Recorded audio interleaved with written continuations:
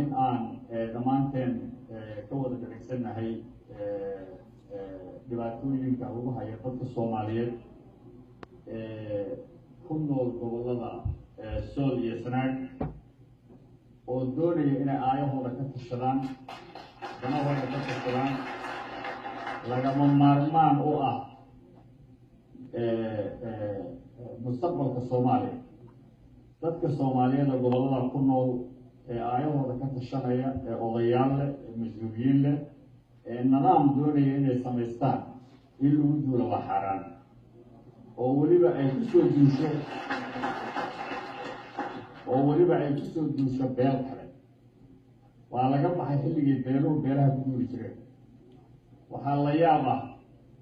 dadka Soomaaliyeed ee waqooyiga Soomaaliya ku nool anaga sharaf iyo karaamiyo xurma u hayna laakiin waxaa la yaab leh maamulka halkaa ka jira ayagaa diiday in xamar laga xukumo marka ayaga hargeysa inay dadka xukumaan say ku heli karaan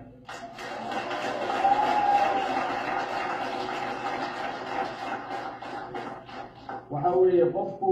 haddaad adigu diiday in lagu xukumo adigana in aad dad xukunto ma heli karti